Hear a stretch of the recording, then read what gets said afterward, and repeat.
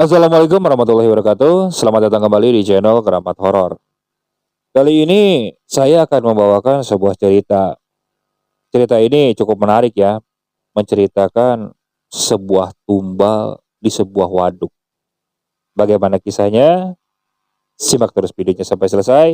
Dan seperti biasa, sebelum mulai ke ceritanya, siapkan kopi, siapkan cemilan supaya saat mendengarkannya lebih santai dan lebih enjoy. Kalau sudah, kita mulai ke ceritanya. Hari mulai gelap, sore mulai berganti menjadi malam. Lampu sorot mulai menyala. Para pekerja mulai memacu napas, mengayunkan cangkul dan adukan semen. Cor telah siap. Lelaki tua berkumis tebal itu memberikan isyarat jika pembuatan pondasi sudah siap dimulai. Beberapa pekerja menyusun batu di salah satu lubang yang bakal menjadi pondasi awal yang tak lebih dari 20 meter dalamnya. Di sudut lain, beberapa lelaki telanjang dada terlihat tergeletak dengan mata terpejam. Mulutnya meringis nahan sakit. Terlihat dadanya bergerak naik turun, menandakan jika mereka masih hidup.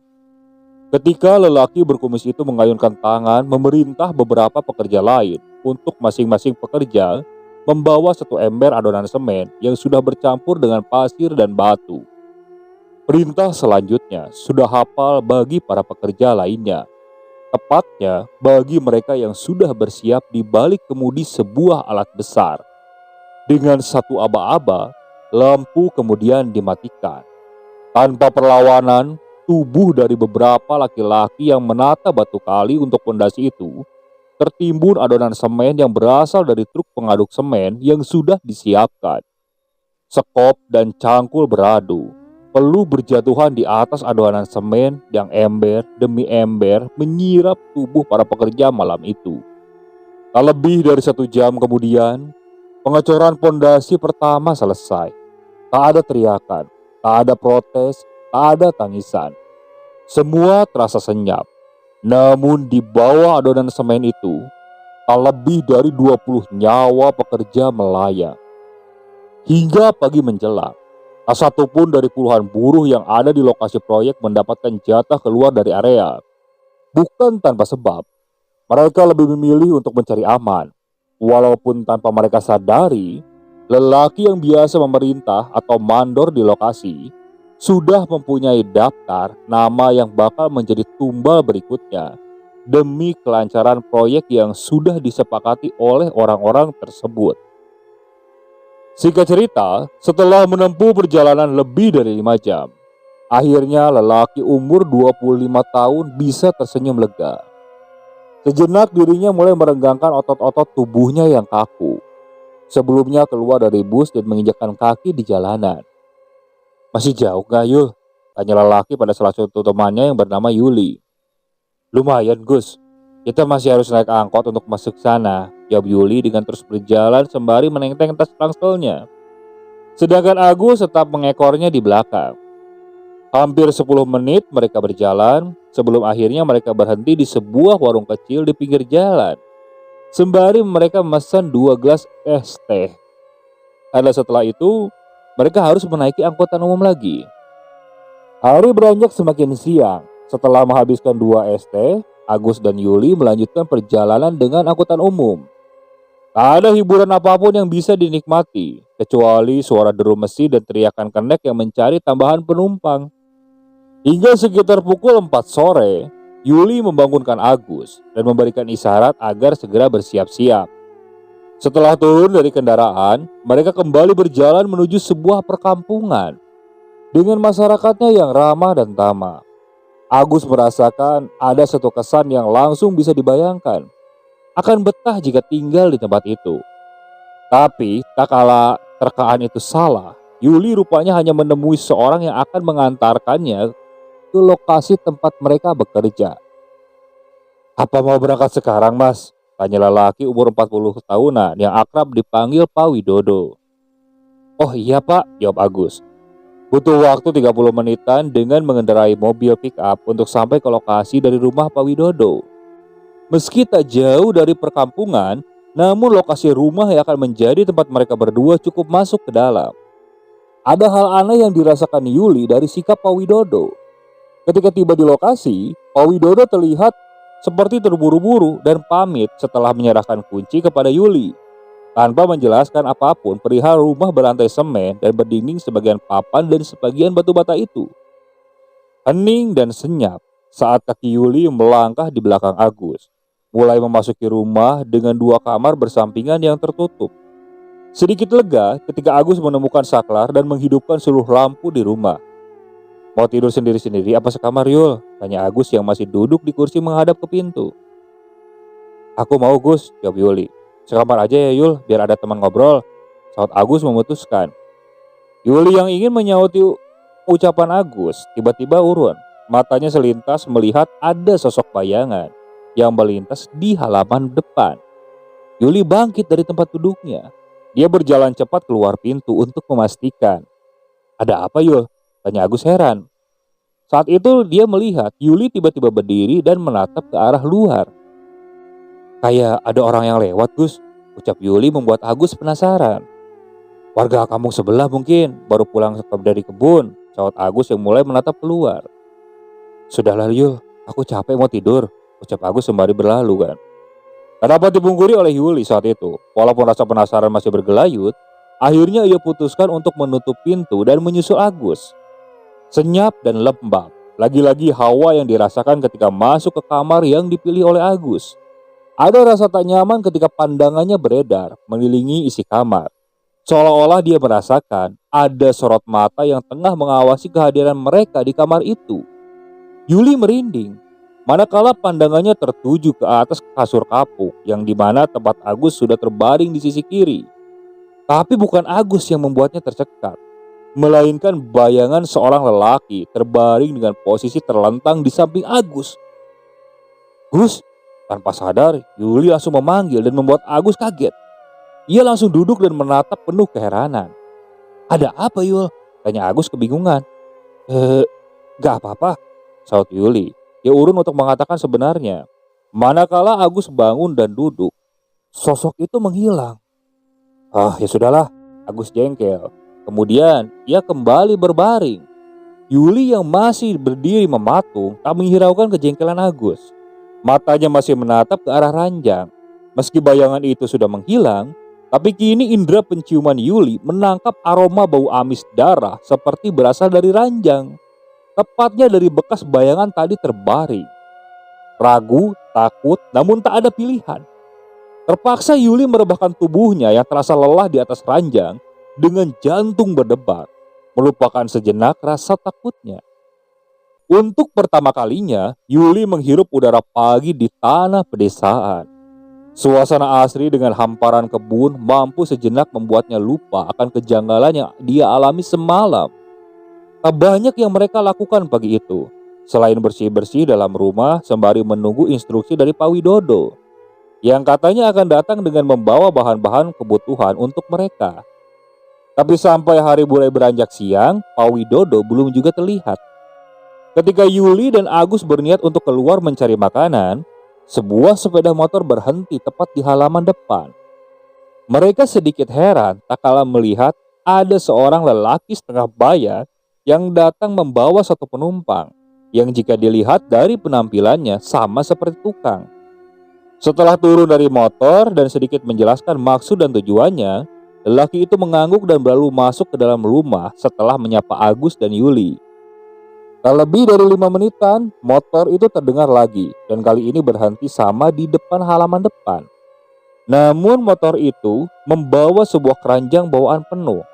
Mereka pikir yang datang untuk mengantarkan bahan kebutuhan makanan adalah Pak Widodo. Ternyata bukan. "Loh, Pak Widodonya mana?" tanya Agus. "Pak Widodo ada kepentingan, Mas. Makanya nyuruh saya untuk anterin ini," jawabnya sambil menurunkan barang bawaannya. "Oh ya, saya Pak Kosim. Nanti Mas bertiga sore ini disuruh ke rumahnya untuk masalah pekerjaan," sambung Pak Kosim setelah menurunkan barang-barang terakhir. "Lah, terus kami kesananya naik apa, Pak?" "Jalan kaki," saut Agus yang saat itu mulai kebingungan. Si bapak itu terdiam, lalu memandangi mereka satu persatu dengan tatapan terlihat seperti menyiratkan sesuatu. "Maaf Mas, saya permisi mau langsung ke pasar soalnya," ucapnya langsung berpamitan. Lagi-lagi Yuli melihat dari raut wajah si bapak itu sama seperti yang ditunjukkan oleh Pak Widodo saat pertama kali mengantar mereka. Sejenak Yuli dan Agus saling berpandangan setelah kepergian orang tersebut. Ada perasaan tak enak yang sama-sama mereka rasakan dari sikap si bapak itu. Terlihat seperti orang ketakutan. Gus, kayaknya ada yang aneh deh dengan rumah ini. Kemarin Pak Widodo juga aneh kayak si bapak tadi. Sama seperti takut kalau lama-lama di sini, ucap Yuli sambil menata bahan-bahan di ruang dapur. Aneh piye maksudmu? Tanya Agus yang baru selesai mengaduk 3 gelas kopi. Aku merasa kalau rumah ini gak beres, Gus, jelas Yuli. Gak beres apanya, Yul? Ada-ada aja kamu. Ngopi Mas Cahyo, teriak Agus kepada lelaki yang baru beberapa menit lalu datang.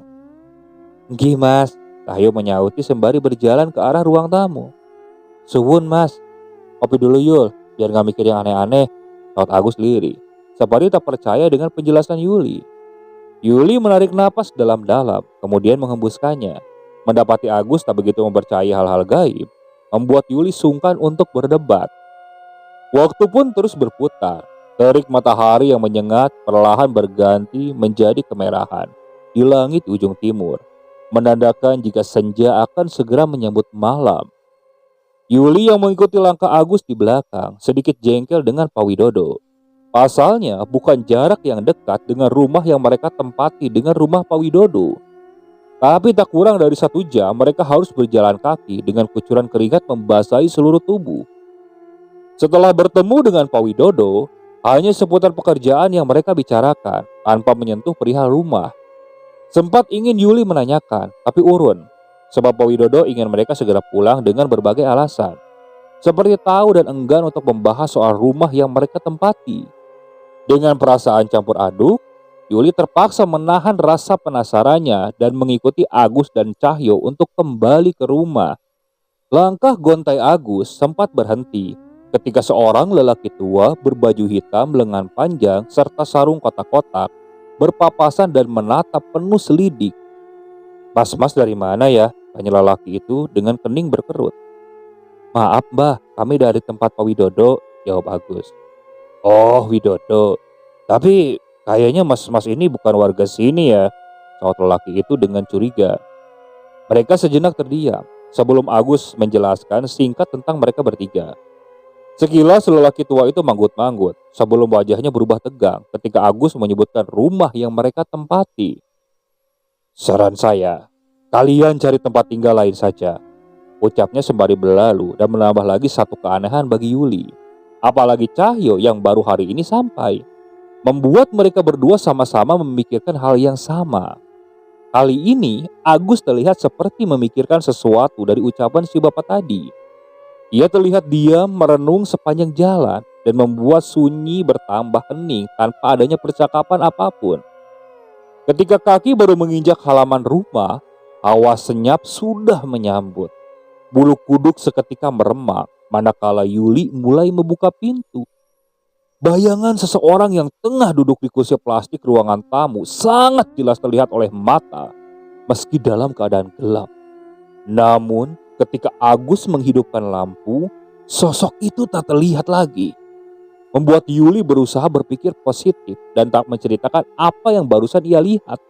Karena ia tak ingin berdebat. Setelah berbincang tentang pekerjaan yang akan mereka mulai, Agus pamit untuk istirahat. Yuli yang juga lelah dan mulai diserang kantuk, berniat untuk menyusul Agus. Tapi ketika lampu ruang tamu dimatikan, tiba-tiba bayangan itu kembali muncul dan tengah duduk di kursi menghadap ke arah pintu. Hampir saja Yuli berteriak ketakutan, namun masih bisa ia tahan. Dan ia memutuskan untuk segera masuk ke kamar, memaksakan matanya untuk terpejam. Entah pukul berapa tepatnya, malam itu Yuli tiba-tiba saja terjaga. Yuli yang terbaring miring mendengar suara dengusan dibarengi dengkuran tepat di sampingnya. Namun ketika kepalanya menoleh, hanya sosok Agus yang terlihat pulas, tanpa berdengkur ataupun mendengus. Lalu dengusan dan dengkuran siapa barusan, pikirnya begitu. Saat Yuli kembali membaringkan tubuhnya, Yuli kembali tercekat.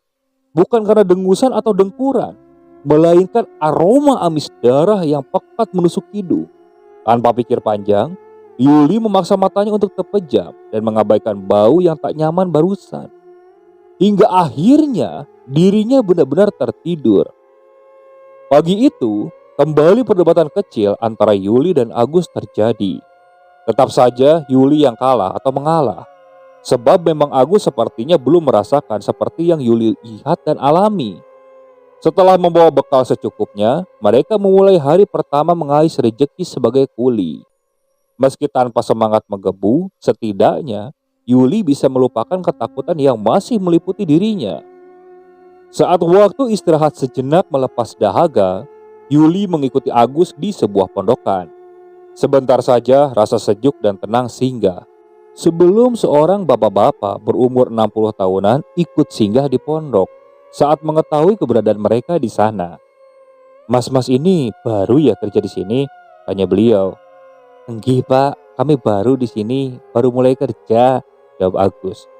Terlihat bapak-bapak itu manggut-manggut ketika mendengar semua penjelasan dari Agus. Namun wajah keriput beliau yang awalnya begitu antusias tiba-tiba berubah manakala obrolan mereka menyangkut rumah yang mereka tempati.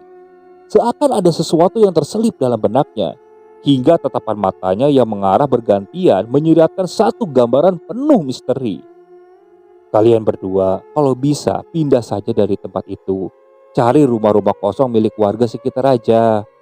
Bapak kasihan nantinya sama kalian," ucap beliau mengandung sebuah pesan yang sudah 2 kali Yuli dengar dari orang yang berbeda. Yuli terdiam sejenak setelah mendengar pesan dari si bapak tersebut, mengingatkan pada kejadian menakutkan yang dia alami semalam. Kembali perdebatan antara Yuli dan Agus terjadi sepeninggalan lelaki tua yang menyebut dirinya pewaris. Tapi tampaknya Agus masih tak begitu percaya dengan hal-hal gaib di rumah itu. Walaupun ia sendiri mendengar langsung dari kedua orang tua yang memberikan saran pada mereka untuk pindah rumah itu, tetap saja ia tak menggubris meskipun dipaksa. Perasaan tak nyaman berdebar lagi-lagi mendera ketika Yuli baru saja sampai di halaman rumah sepulang dari aktivitas sebagai kuli.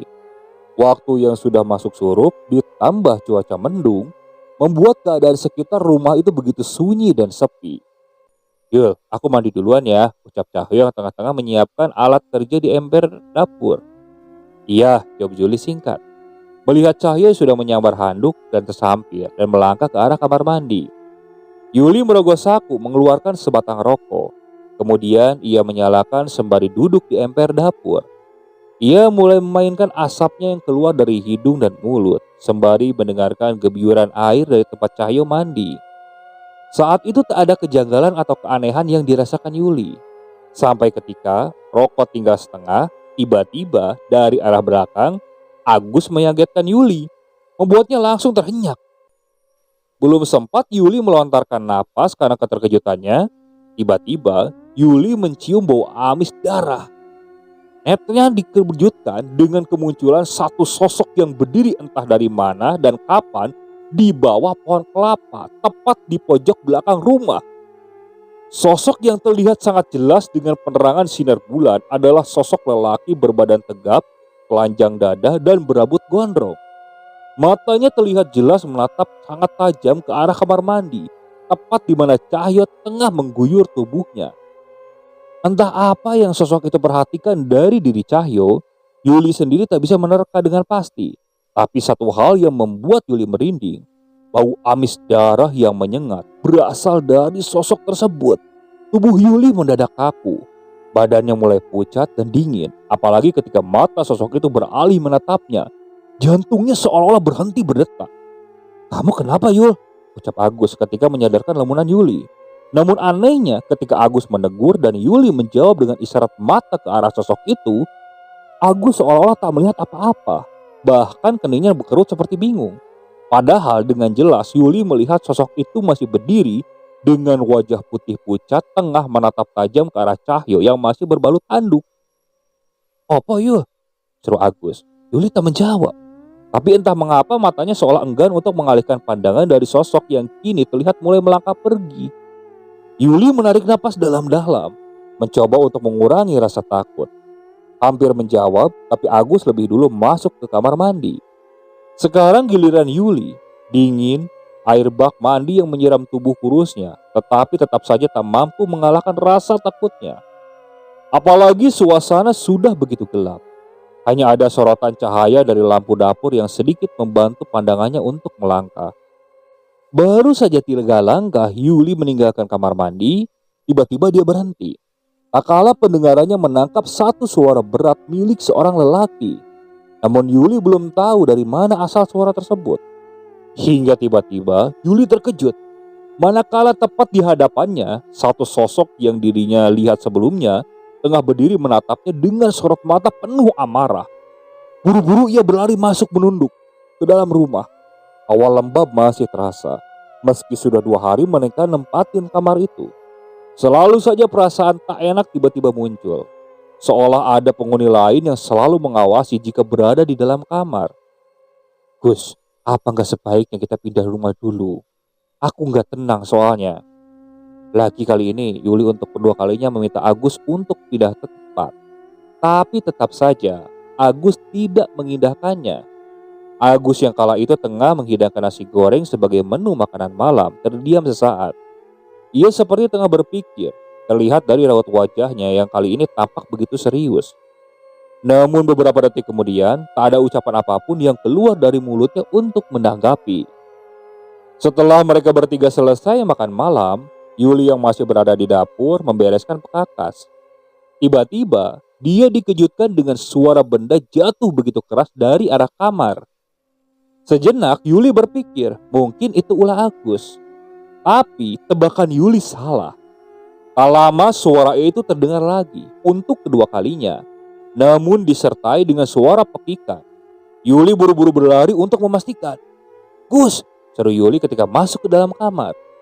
Namun sosok Agus tak ada di sana. Yuli bingung. Tapi sebentar kemudian teriakan Agus kembali mengundang Yuli untuk segera berlari keluar kamar. Yo, kenapa Gus? Seru Yuli terkejut menyaksikan Agus sudah berdiri tepat di dalam kamar Cahyo sambil menunjuk ke arah Cahyo. Yuli mengarahkan pandangannya ke arahkan yang ditunjuk Agus, di mana tepat di lantai atas, tas, ransel, serta baju dan barang-barang lain sudah berserakan di lantai. Namun bukan itu yang dimaksud Agus, tapi satu sosok yang berdiri di samping tubuh Cahyo yang terduduk ketakutan. Sosok laki-laki sama persis yang dilihat Yuli beberapa jam lalu, tepatnya saat di belakang rumah. Sosok itu mempunyai 2 tanduk yang menjulang, matanya merah sedangkan tubuhnya dipenuhi oleh bulu tipis. Yuli kaget, mendadak wajahnya membias, keringat mengucur, diselimuti rasa takut yang sama halnya dengan Agus. Siapa yang berani menempati rumah ini bakal jadi santapanku. Suara berat mengandung amarah yang keluar dari mulut kering sosok tersebut benar-benar meluluhkan keberanian dan mental. Apalagi beberapa saat kemudian, satu kejadian yang membuat tubuh Yuli dan Agus gemetar hebat, yang membuat kepala dan mata tiba-tiba berat dan membuat suatu mengerikan. Manakala ketika sosok itu mendekati Cahyo dan meraih kepalanya dan membenturkan ke kayu ranjang yang ada di sampingnya tersebut. Tak ada jeritan atau teriakan dari Cahyo yang keluar, hanya ringisan menahan sakit dengan mata berlinang, serta geraman dari sosok itu, sebelum semuanya menjadi berat dan gelap. Hingga pagi pun tiba. Suasana sedikit berbeda dari biasanya. Ketika Yuli terbangun dari tidurnya, Yuli terjingkak kaget saat ia baru tersadar dan mendapati beberapa orang sudah memandangi dengan raut wajah penuh pertanyaan. Dari sekian wajah banyak itu, ada satu wajah tua yang Yuli kenal, yaitu Pak Waris. Beliau tersenyum sembari memijit pelan keningnya yang masih terasa berat.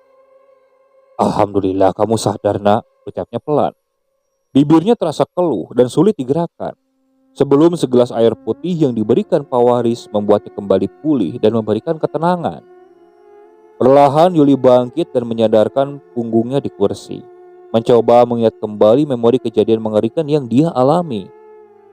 Agus, Cahyo, teman saya di mana Pak? Satu pertanyaan ketika terucap ketika Yuli merasa tenang. Temanmu ada di kamar itu nak, mereka belum sadar, jawab Pak Waris. Tenang nak, kamu dan temanmu sudah aman di rumah Bapak, lanjut Pak Waris, seperti tahu apa yang sedang Yuli pikirkan. Saya di rumah Bapak. Yuli sedikit bingung setelah mendengar jawaban dari Pak Waris. Sejenak Pak Waris menarik napas dalam-dalam dan menghembuskannya sebelum menganggukkan kepalanya. Lalu teman saya bagaimana keadaannya sekarang, Pak? Agus sekarang masih dalam pengawasan, Le. Dia linglung. Sedangkan Cahyo dia belum sadar karena benturan keras di kepalanya. Mulai hari ini, jangan kembali ke sana. Karena kalian sudah ditandai untuk tumbal proyek yang sedang kalian kerjakan. Sambung Pak Waris menjawab dan memberitahu satu peringatan penting untuk Yuli, terkhusus mereka bertiga. Apa, Pak? Tumbal proyek? Jawab Yuli terkejut. Iya, Le. Lah terus saya harus bagaimana, Pak? Apa saya keluar dari pekerjaan saya ini dan pulang? Tanya Yuli dengan wajah mulai menampakkan ketakutan. Tidak bisa, Le. Kalian semua sudah ditandai. Mau kalian pergi dari sini atau tidak, kalian akan tetap mati. Seketika Yuli menjatuhkan punggungnya di senderan kursi. Panik bercampur bingung. Panik karena dia dan kedua temannya bakal menjadi tumbal berikutnya. Sedangkan bingung dia belum tahu cara menghindar dari masalah ini. Lah terus saya harus bagaimana, Pak? Biar saya dan teman-teman saya bisa hidup, Pak. Sudah, sekarang istirahat dulu. Besok pagi kalau sudah baikan, ambil barang-barangmu dan bawa ke sini. Masalah itu akan Bapak bantu. Pungkas Pak Waris menutup percakapan. Namun dari sekian banyak warga yang berkumpul di rumah itu, ada satu yang menjungkingkan senyum tipis yang mengandung banyak arti. Yuli paham betul dengan isyarat itu, tapi Yuli belum bisa menyimpulkan lebih jauh. Pak Waris benar-benar tak terjaga sedikit pun malam itu. Ia gelisah dan takut sampai akhirnya siang itu Pak Waris baru keluar dari rumahnya. Tak ada kalimat apapun ketika dirinya berjalan keluar rumah dan berpapasan dengan warga setempat. Pak Waris terus melangkah sampai akhirnya dirinya berhenti pada rumah paling ujung. Pak Waris sedikit ragu, namun ketika terbayang akan kengerian yang bakal menimpa ketiga pemuda itu dan seluruh warga desa, Pak Waris akhirnya mengucapkan salam setelah mengetuk pintu yang ada di hadapannya. Loh, Waris, ada apa? Sini masuk dulu, ucap lelaki tua seumuran Pak Waris setelah menjawab salam dan membuka pintu. Kok tumben kesini, Riz? Ada perlu apa? Tanya si pemilik rumah itu saat mereka sudah duduk saling berhadapan. Saya kesini mau minta tolong, Mas. Ini penting dan sangat mendesak, jawab Pak Waris dengan suara parau. Loh, ada masalah apa sih? Apa hubungannya dengan proyek itu? Iya, Mas. Jadi kemarin ada 3 pekerja baru di sana. Dan ternyata mereka sudah ditandai sama dukun yang bekerja sama dengan pemilik proyek. Berarti kabar tentang orang pingsan yang ada di rumah kontrakan itu benar mereka? Iya, Mas, benar. Jadi baiknya bagaimana menurut sampean? Ucap Pak Waris kembali bertanya. Sulit, Riz. Kalau sudah berurusan sama proyek itu, saya juga nggak bisa apa-apa.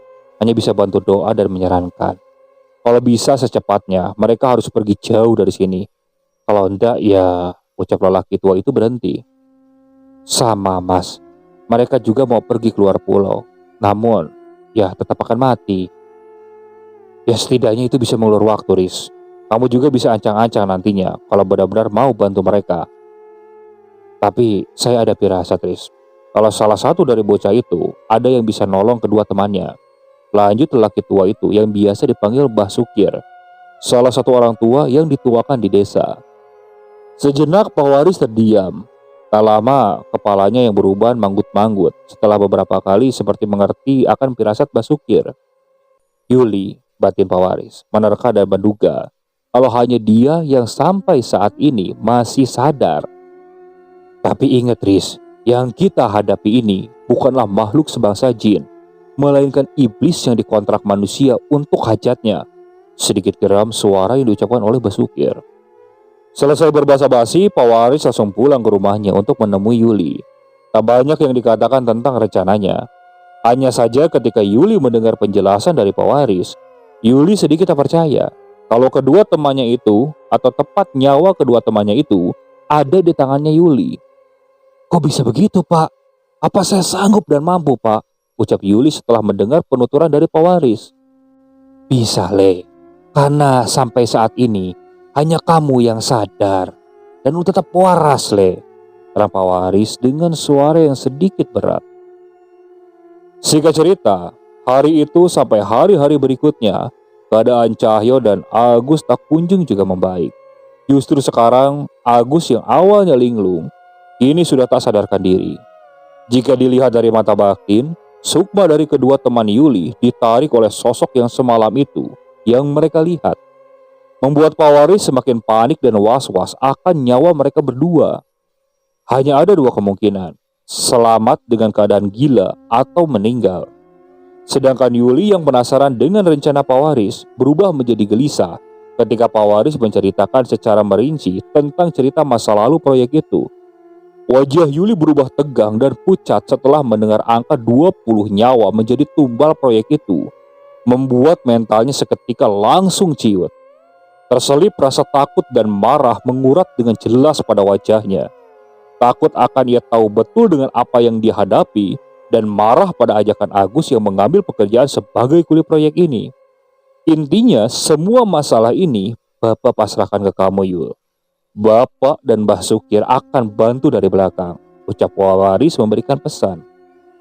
Terus nantinya kalau saya gagal, gimana Pak? Jawab Yuli.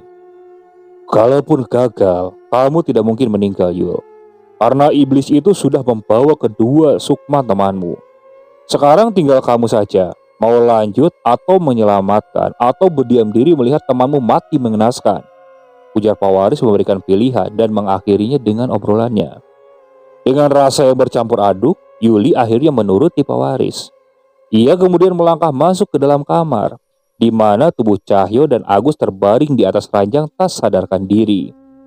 Ada rasa kasihan dalam benaknya ketika melihat kedua temannya terbujur lemas. Rasa kantuk akhirnya membawa Yuli ke alam mimpi, membuat sebentar melupakan akan rasa gelisah dan resahnya, tanpa menyadari jika itu baru awal dari kengerian yang akan ia lewati di hari selanjutnya.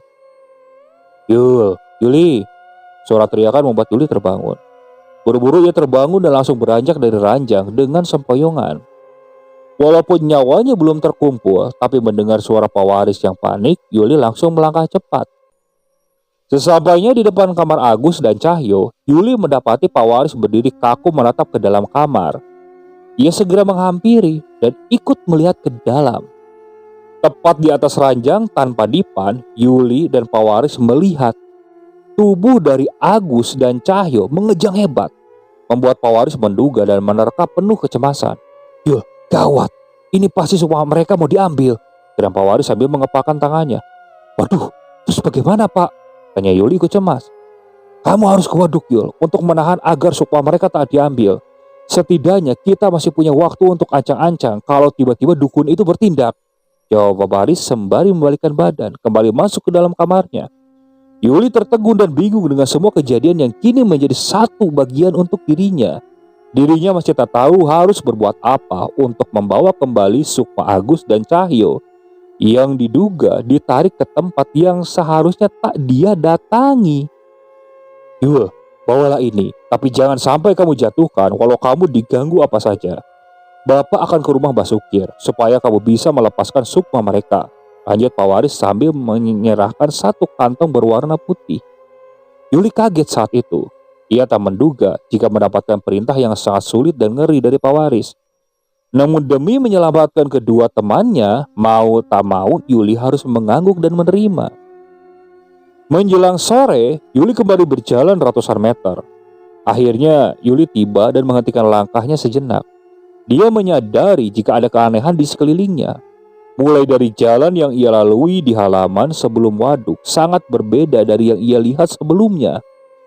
Walaupun belum lama ia tinggal di sana, tapi setidaknya Yuli masih ingat dengan lokasi tersebut. Tapi saat ini dirinya benar-benar merasa seperti berada di tempat yang asing. Mau kemana, Le? Kok sendirian? Hampir saja Yuli melompat, tak kalah satu suara wanita tua mengejutkannya dari belakang. Ia pun seketika mundur dan memutar tubuhnya dan mendapati satu sosok wanita berpakaian compang-camping berdiri membungkuk di belakangnya sembari menyeringai. Mulut Yuli seketika kaku, tak mampu berkata-kata. Matanya menyorot dari atas hingga ke bawah. Tepat di ujung kaki terlihat sedikit mengambang. Namun sebentar kemudian, keberanian yang entah muncul dari mana datangnya membuat Yuli mampu menggerakkan bibirnya. "Jenengan siapa, Mbah?" tanya Yuli dengan mulut gemetar. Aku penunggu di sini. Kamu mau apa datang ke sini? Jawab wanita tua itu sedikit melototkan matanya. Yuli terdiam sesaat. Kemudian tersusul rasa takutnya yang kembali datang. Apalagi saat matanya terlihat wajah wanita tua itu berubah menjadi menyeramkan. "Hiraukan saja, jangan ditanggapi." Tiba-tiba Yuli mendengar bisikan. Sebentar ia menyapu pandangannya ke sekeliling. Tak mendapati sosok pemilik suara. Akhirnya Yuli membalikkan badan dan mengabaikan sosok wanita tua itu. Setelah tahu dan yakin kalau pemilik suara itu adalah pewaris. Peluh mulai membasahi wajah dan bajunya. Namun bukan karena lelah, melainkan ada tekanan rasa takut yang luar biasa. Semakin jauh melangkah, hawa di sekitar berubah aneh. Ingin rasanya pulang, namun teringat akan keselamatan kedua temannya. Yuli kemudian menguatkan tekadnya. Penuh hati-hati, Yuli melangkah, menyusuri jalan tanah menuju waduk. Meski gelap, Yuli seolah-olah ada yang menuntunnya. Ia sama sekali tak kesulitan menerobos kabut tipis yang menjadi penghalang. Yuli berhenti tepat di depan pagar besi, pembatas antara lahan proyek dan lahan warga. Ia diam sejenak, pandangannya mengedar, menelisik di lahan yang begitu luas, mencari titik yang sudah diberitahu oleh pewaris. "Jangan lama-lama, waktumu tidak lama." Kembali Yuli terkejut oleh suara pewaris membisikkan di telinganya. Hal itu membuat Yuli menyadari jika dirinya tak sendirian di tempat itu. Dan di depan, tepat di balik pagar besi pembatas, tampak beberapa orang berwajah pucat pasi dengan pakaian layaknya kuli bangunan, tengah menatapinya dengan tajam. Seketika tubuh Yuli merinding dan lemas, apalagi ketika ia menoleh ke kanan dan kiri, puluhan pasang mata juga menatapnya dengan tatapan kosong.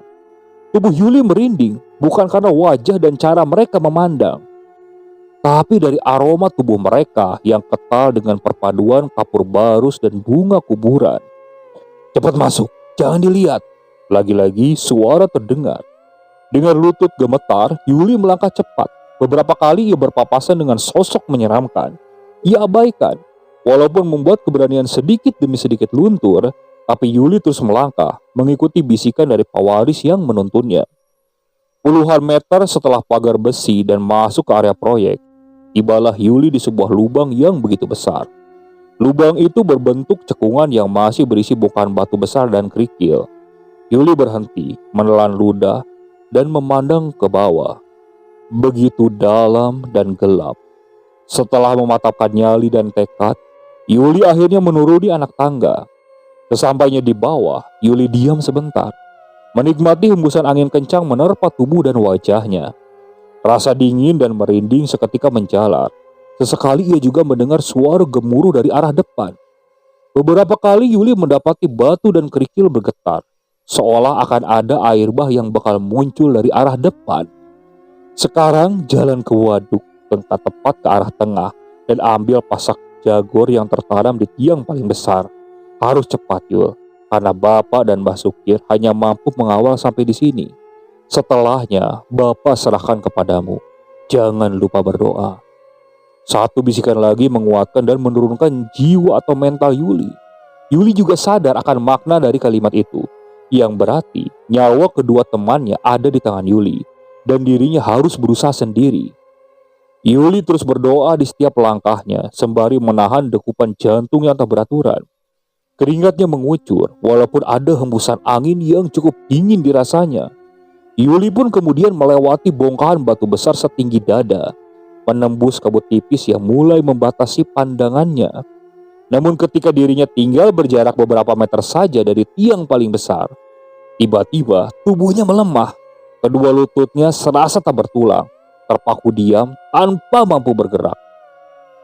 Bocah tak tahu tata krama, beraninya masuk ke kawasanku. Suara dari sosok lelaki terdengar menggema di telinga Yuli.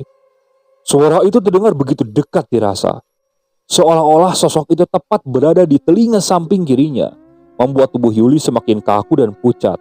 Sebentar Yuli menoleh ke kiri, namun hanya hembusan angin yang dia rasa. Ia kemudian coba kembali menjejakkan kakinya, berniat meneruskan langkahnya menuju tiang paling besar. Setibanya Yuli di sana, tepat di depan tiang paling besar, Yuli lagi-lagi tergelak kaget, berawal dari dengusan napas dan desis bau busuk menerpa wajahnya. Diikuti oleh kemunculan bayangan hitam. Sekelebat, bayangan itu mengintari Yuli. Mata Yuli sendiri seperti bergerak mengikuti bayangan itu beberapa saat, hingga kemudian berhenti dan menjelma menjadi sosok lelaki berbulu tipis dengan tanduk dua di kepalanya. Sosok yang pernah Yuli lihat ketika ia menempati rumah kontrakan bersama Agus dan Cahyo sebelum ada kejadian mengerikan itu. Lagi-lagi, sapuan angin dingin dibarengi suara menggeram dari sosok bertanduk membuat keberanian Yuli rontok. Apalagi ketika matanya saling beradu dengan bola mata sosok itu, jantung Yuli seolah berhenti. Selembar nyawamu itu tak berguna untuk menukar teman-temanmu, bocah sok berani. Kali ini Yuli hanya mampu terdiam. Rasa takutnya sudah tak terukur lagi. Jiwanya terasa mati. Jangankan untuk menyaut, mendongakkan kepala saja Yuli sudah tak berani. Kalau mau keluar hidup-hidup, serahkan barang yang kamu bawa. Mendengar ucapan itu, Yuli tersentak. Ia baru sadar dan ingat kalau di tangannya Yuli menggenggam sesuatu yang sejak tadi ia bawa dari rumah pemberian pewaris. Tidak akan saya serahkan barang ini. Saya kesini tak ada urusan denganmu. Saya hanya mau membawa pulang apa yang seharusnya saya bawa dari sini. Entah mendapat keberanian dari mana, Yuli dengan tegas menolak permintaan dari sosok itu. Tak hanya menjawab, Yuli mampu menegakkan kepalanya untuk menatap sosok yang ada di hadapannya. Setelah mendapat penolakan dari Yuli, kali ini sosok bertanduk itu coba meraih bungkusan yang digenggam oleh Yuli. Tapi secara bersamaan, tiba-tiba sosok itu beringus mundur ketika suara bernada perintah tiba-tiba terdengar. Biarkan saja bocah itu mengambil apa yang perlu diambil. Karena aku sudah menandai 2 sukma bocah itu. Sosok itu kemudian mundur sembari memberi isyarat mengatupkan telapak tangannya dan menghilang meninggalkan kepulan asap memudar. Ambil dan bawalah. Tapi ingat, besok kalau sudah waktunya, bakal aku ambil kembali. Yuli tertegun mendengar kalimat perintah yang baru ia dengar. Tak mau berpikir terlalu lama, ia buru-buru mencari botol kendi yang terbuat dari tanah liat yang terkubur di bawah tiang pondasi sesuai pesan dari pewaris. Entah sudah seberapa dalam, tiba-tiba Yuli mendengar suara orang merintih meminta tolong dari segala sudut. Yuli mengabaikan, ia terus menggali. Sampai tak lebih dari 1 meter, ia menemukan sebuah kendi yang dimaksud. Tanpa pikir panjang, Yuli mengambilnya kemudian menutup galian itu seadanya. Baru saja 5 langkah menjauh dari tempat galian, Yuli berhenti dan menoleh. Bukan karena suara panggilan, melainkan suara tangisan merintih memilukan dari arah belakang. Suara itu bukan hanya satu, tapi ada banyak suara saling bersautan merintih meminta tolong. Sadar kalau itu bukan manusia, Yuli mempercepat ayunan kaki. Tak berapa lama akhirnya Yuli sampai di tangga menuju atas. Baru saja kakinya menginjakan anak tangga pertama, lagi-lagi Yuli harus menoleh ke belakang. Kala suara tak asing memanggil namanya. Yuli, tolong aku Yuli. Gemetar Yuli saat itu. Dihafal dengan suara yang baru saja merintih minta tolong. Adalah suara Cahyo. Apalagi saat Yuli memberanikan menoleh ke belakang. Satu pemandangan mengerikan harus Yuli lihat dengan mata kepalanya sendiri. Tepat di tiang paling besar, tubuh lemas Cahyo yang tak berdaya sedang dicabik-cabik oleh makhluk bertanduk. Merobek dan mengeluarkan semua isi perutnya tanpa ada rasa kasihan sedikit pun. Yuli yang saat itu jelas melihatnya seketika jatuh. Jiwanya terguncang hebat kalau melihat pemandangan yang mengerikan di hadapannya. Namun sesaat kemudian, Yuli tersentak lagi oleh suara dari bisikan pewaris. yang memberikan perintah untuk segera meninggalkan area waduk tersebut. Sadar itu hanya ilusi, Yuli kemudian bangkit dan segera menaiki anak tangga berikutnya. Namun lagi-lagi, keganjilan lain pun dirasa Yuli setiap kakinya menginjakan anak tangga. Ia selalu mendengar suara rintihan dan tangisan menyayat. Semakin cepat Yuli melangkah, semakin menaiki anak tangga yang dirinya injak. Semakin pula membuat tempat itu ramai tangisan dan saling bersautan. Lagi-lagi karena penasaran, Yuli mau tak mau menoleh ke belakang. Seketika itu juga tubuh Yuli memias pucat, melihat puluhan sosok pocong dengan kain lusuh tengah berdiri tepat di bawahnya. Puluhan pocong itu menjulurkan tangannya layaknya melambai. Namun Yuli segera sadar kalau niatnya hanya membawa kendi itu pulang. Sekali lagi Yuli mendapatkan keberanian dari bisikan pewaris, membuat kakinya semakin jauh melangkah dan meninggalkan area waduk. Sesampainya di atas, Yuli semakin cepat berjalan. Bahkan setelah melewati pagar besi sebagai pembatas, ia masih berlari tanpa merasa lelah sedikit pun. Puluhan meter telah Yuli lalui, napasnya yang sudah tak teraturan seirama dengan degup jantungnya. Tapi dirinya enggan untuk berhenti. Yuli benar-benar merasakan jika tak ada lagi bagian tubuhnya yang tak berkeringat. Namun tak menyurutkan langkah kakinya yang terus berlari meninggalkan jauh area tempat waduk tersebut. Tempat yang tak ingin ia masuki. Kelegaan segera mengurat di wajah Yuli kala menatap ke depan. Terlihat kelap-kelip cahaya dari rumah-rumah warga. Semangat Yuli akhirnya kembali tumbuh. Ia segera memelankan ayunan kakinya dan pergi menuju rumah pewaris. Tak lama, Yuli yang baru saja tiba di halaman rumah Pak Waris segera merobohkan tubuhnya setelah menaruh kendi di atas meja. Matanya sebentar terpejam sembari mengatur napas yang belum teratur. "Alhamdulillah, Yul," ucap Pak Waris lega sekaligus menyambut haru atas perjuangan Yuli. "Setelah ini mandi dan istirahat, karena ritual sesungguhnya baru akan dimulai nanti malam." Yuli yang mendengar ucapan Pak Waris hanya diam. Ia masih memejamkan mata. Meski mampu mendengar ucapan Wawaris dalam benaknya, Yuli merasa lelah. Akan tetapi, ia tak bisa menolak lagi, karena ini adalah awal permulaan baginya. Oke, sekian untuk cerita kali ini dan masih akan disambung oleh video selanjutnya. Terus ikuti cerita yang dibawakan oleh channel Keramat Horor ini. Tak lupa saya juga ucapkan terima kasih kepada para penonton yang masih setia mengikuti cerita dari channel Keramat Horor ini. Tak lupa saya juga ucapkan maaf kepada para penonton yang kemarin sempat memberikan saran dan baru saya respon baru-baru ini. Saya meminta maaf sekali. Mudah-mudahan saran dari rekan-rekan semua bisa cepat realisasi, karena sarannya saya lihat banyak yang positif ya. Oke, sekian dari saya. Tunggu video selanjutnya di channel Keramat Horor. Assalamualaikum warahmatullahi wabarakatuh.